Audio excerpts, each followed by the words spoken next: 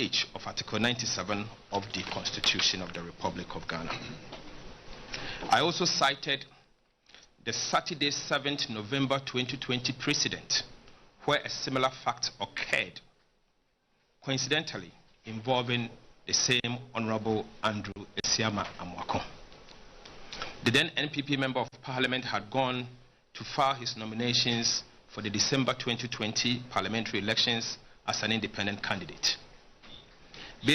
Based on those facts, Honorable Andrew Esiama Amoako's party, the New Patriotic Party, the NPP, wrote to the then Speaker, Professor Reverend Mike Aaron Okwe, to communicate those facts.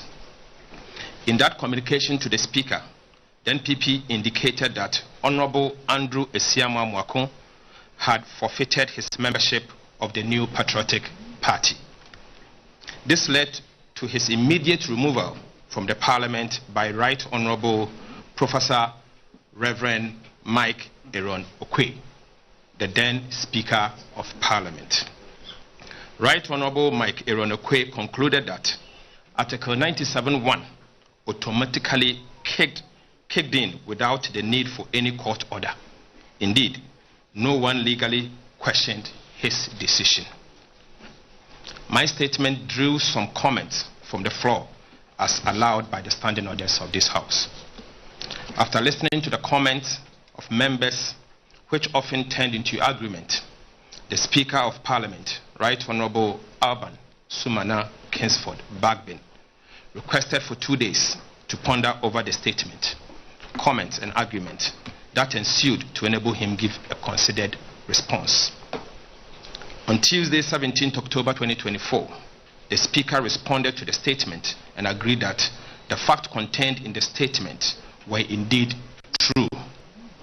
This is because the notice of pool issued by the Electoral Commission of Ghana in respect of those constituencies confirmed that the said individuals had indeed engaged in the conduct alleged in my statement. On the basis of this fact, not being in dispute, Mr. Speaker proceeded to evaluate the circumstances and decided that their conduct breached Article 97(1)(g) and (h). Pursuant to Order 18 of the Standing Orders, the Right Honorable Speaker communicated to the House the vacancies of the 4 seats. For the avoidance of doubt, the Speaker's decisions to declare the 4-seat vacant is lawful exercise of his responsibilities derived from the 1992 Constitution and the Standing Orders of Parliament. The effect of the Speaker's declaration is that currently we no longer have an independent Member of Parliament. The MPP has 135 members of Parliament only. The NDC has 136 members of Parliament, and there is no second Deputy Speaker of Parliament. This effectively alters the configuration of the 8 parliaments significantly. The NPP group in Parliament are now the minority caucus as defined by the relevant sections of Order 6 of the Standing Orders of Parliament.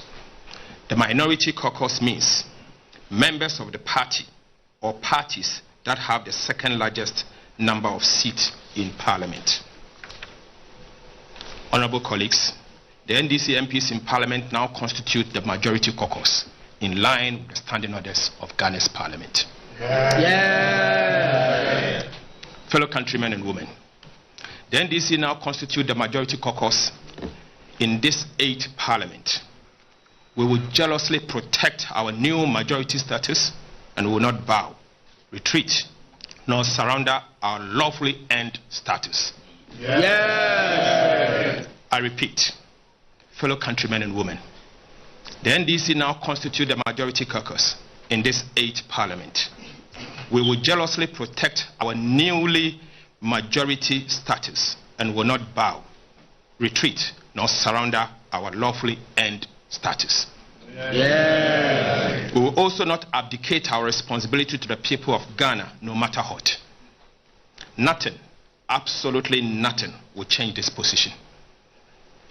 We have fortified that the proceedings of Parliament shall not be impeached or questioned in any court or placed out of Parliament. Any interference with the business of Parliament is unlawful, unacceptable, and shall be resisted. We have never hidden our position that we are in Parliament for the ordinary people of Ghana. It is indeed true that we will use our new majority numbers to benefit Ghanaians by introducing private members' bill to remove the e-levy and to reduce the suffering of the people of Ghana. It is also true that we will use our new majority to remove the vacant tax and other nuisance taxes. Already, this NPP government has made Ghana a high tax regime, and that it is affecting the survival of businesses and the people of Ghana. We assure you that we will use our new majority to protect businesses and the people of Ghana, as we have always maintained. We are confident that the Right Honourable Speaker has acted fairly, firmly, and lawfully in a matter that is perfectly within his province. Speaker Bagbin has had a distinguished and unprecedented 32-year career in Parliament of Ghana. Right Honourable Alban Bagbin is a courageous and resolute leader. We stand with him, pledge our support, and urge him to protect the dignity and sanctity of the Parliament of Ghana. In the same vein, we call on Ghanaians to stand by the Speaker and resist oppressors' rule. From day one, we have not reneged on our fight for the people of Ghana. The opportune time has come, and we are determined to immediately commence the process to reverse the Kufuor-Bawumia mess and put our country back on track. The people of Ghana can count on us and be rest assured that the NDC majority will protect the interests of the people of Ghana. Thank you very much. Thank you very much. Thank you very much, Leader, Majority Leader. We will now take questions from the media. Yes.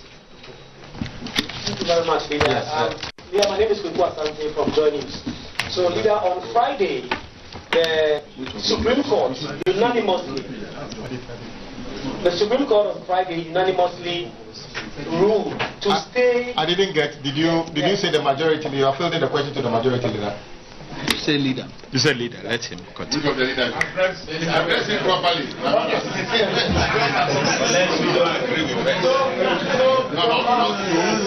The Supreme Court of Ghana. Address him properly.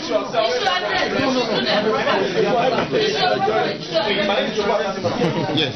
The Supreme Court unanimously, 5-0 unanimously, stayed the ruling or the decision of the Speaker. Rightly so, some persons have criticized the decision of the Supreme Court. And we know that when the Supreme Court speaks, it is law until same is set aside or vacated. On what basis, therefore, will the NDC group call itself majority when the Supreme Court has purported to set aside what Speaker Bagbin did last week, Thursday? Other questions? Yes, more questions. Yes.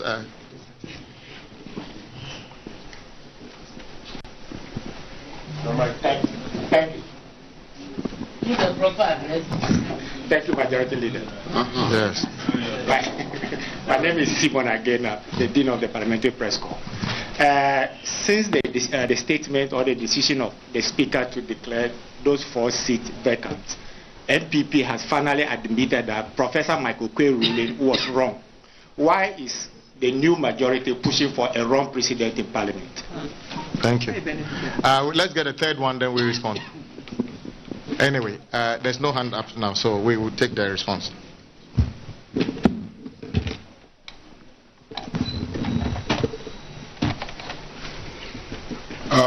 To the question about the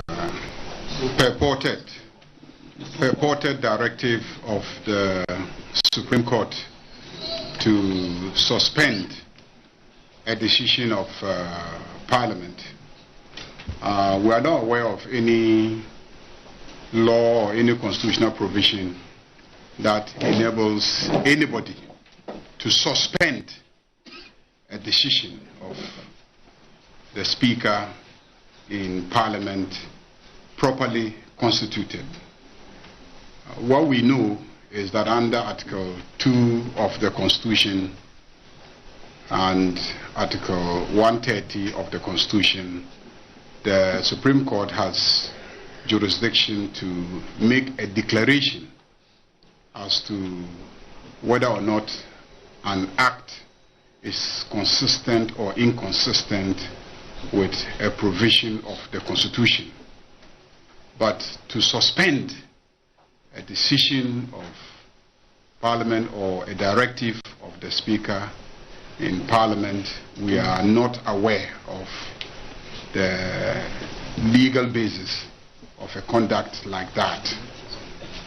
Be that as it may, we as parliamentarians act on the basis of communication coming to us from the Speaker.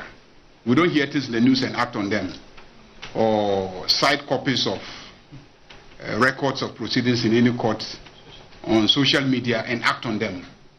We act on the basis of communication coming to us from the Right Honorable Speaker. And if that communication says we should walk into the sea, we walk into the sea. Because we listen only to the Speaker and nobody else in relation to the integrity, the legality, and the appropriateness of what has happened in the chamber of Parliament. So that is my brief response to you in terms of your question. And the second question, which relates to the precedent that has been set by Mike Okwe, and why we in the majority today will be seeking to benefit from that precedent. I will say that when Mike Okwe gave his ruling in 2020, there were many who disagreed with him, and there were many who benefited from that ruling. But when Speaker Bagwin responded to the statement made by our now majority leader and went ahead pursuant to Order 18 to communicate the vacancy of the 4 seats. In responding, he made some comments also, and his commentary was so persuasive that even those of us who questioned the propriety of Mike Okwe's action in 2020 became convinced that indeed Mike Okwe was right. I'm one of those that in 2020 publicly disagreed with Mike Okwe. I believe it was because Mike Okwe did not articulate his position very well. And when Speaker Bagwin responded to the statement and communicated the vacancy of the seats, and in doing so made some statements, his arguments or his commentary in relation to Article 97 1G was very, very persuasive, very, very persuasive, especially his position that if Article 97 is applicable to the next Parliament, then it becomes a useless provision. It's not necessary. And those who provided for it in the Constitution could not have intended to engage in a useless exercise. So I can assure you that we are not convinced because Michael Okwe did it. We are convinced because we now see wisdom in the provision in the Constitution and the action of those who drafted our Constitution. Yes, thank you. We take 3 more. We take three more. We come this way. We go. Yes, thank you, Leader. My name is Oyinam Ponsan, and I work with Adom TV. My question emanates from the third hearing. Even though Speaker Bagwin cited evidences of these MPs purported to have vacated their seats wouldn't have been better for the Speaker to have heard from them before acting? The argument of the fact that he acted on nothing because officially he has not received letters from their political parties. Thank you very much. Next. I want to find out, in the unlikelihood that the Speaker decides to uphold the Supreme Court's decision, what would this caucus be doing? We'll cross that bridge when we get there. Next. Thank you. My name is Kweku Sejidan, so I work for GhanaMPs.com. My simple question, I'm a bit worried. This particular parliament started with a fight. And Started with what? Okay. And looking at where you are going before the lifespan of this parliament, and would you end with a fight? No. If we are fighting against poverty, corruption.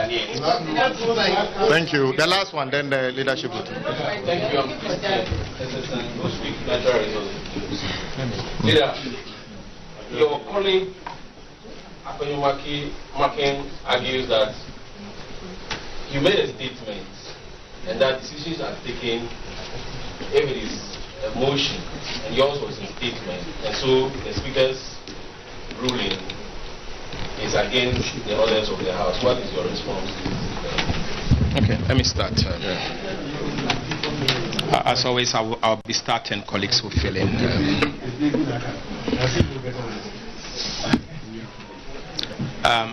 Thank you very much for the questions.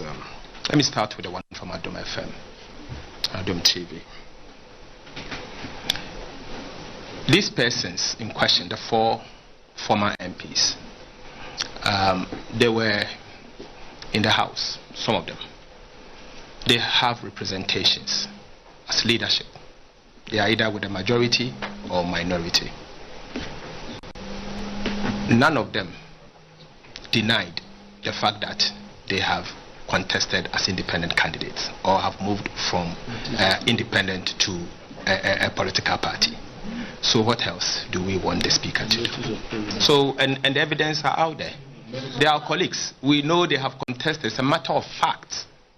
So it's not something that someone is sitting somewhere and concocting a story or as such. It is a matter of fact, and they could not deny it. To date, they've not been able to deny it. Number 2, you raised the issue with what my colleague, Honorable Afenyo Maken, apparently may have said. I doubt he made that kind of pronouncement, because obviously it is not up to him to interpret the standing orders of the House. He can speak to it, but the decision is not up to him. It is for the Speaker to interpret the standing orders of our House. So you can rule him out of order with what he said. And then the last one, as to whether we will fight. The only thing we'll fight has to do with the fight against corruption. We'll fight corruption, but we'll fight. We don't intend to fight in the chamber. We don't intend to fight. We only fight corruption and protect the Constitution. Nothing more, nothing less. Thank you. Just to add to that, if you notice on that fateful day of the beginning of this parliament, it was government that ordered the military and the police to enter the chamber and assault members of parliament. Indeed, my colleague, Honorable, our colleague, filed a motion for those individuals, of which we have details of those military officers and what they did in the chamber. But I can guarantee you it's not yet sunset on those issues. Just to add, we are aware that between yesterday and today, some elements of government have had a meeting again to deploy the military to the precincts of parliament to enter the tent. We are aware of that. We can just ask those around the Accra Sports Stadium that at a point in time tomorrow, they repeat the same misconduct. We can guarantee them the people of this country are sovereign. If you wear a military uniform or police uniform, you work to the Constitution. But they should be aware that the life of this government is less than 2 months.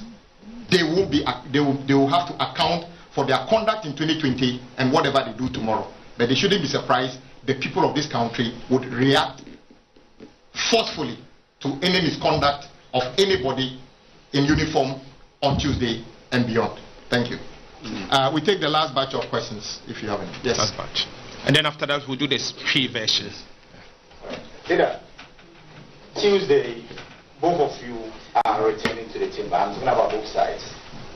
And of course, the decisions are varied. Doesn't whatever happens on Tuesday rest with the Speaker? Do you have indication as to how the Speaker will allow things to pan out? Because the decision as to whether what happens at the court holds or doesn't rest with the Speaker. And what will be your expectation of the Speaker? Thank you. Next question. Should we say that's the final question? Yes. Before we do that? Yes. Okay. Look, I'm not the Speaker of Parliament, and I cannot preempt the Speaker. I don't know his intention. All what I can assure you is that the NDC majority believes that we are the majority, and we'll do just that. We'll protect what has been given to us lawfully. Nothing more, nothing less. Apart from that, let's wait for the Speaker. Thank you. Okay, yes, our colleague, the Deputy Majority Leader, Honorable Amako Kibwa, will do a short account rendition.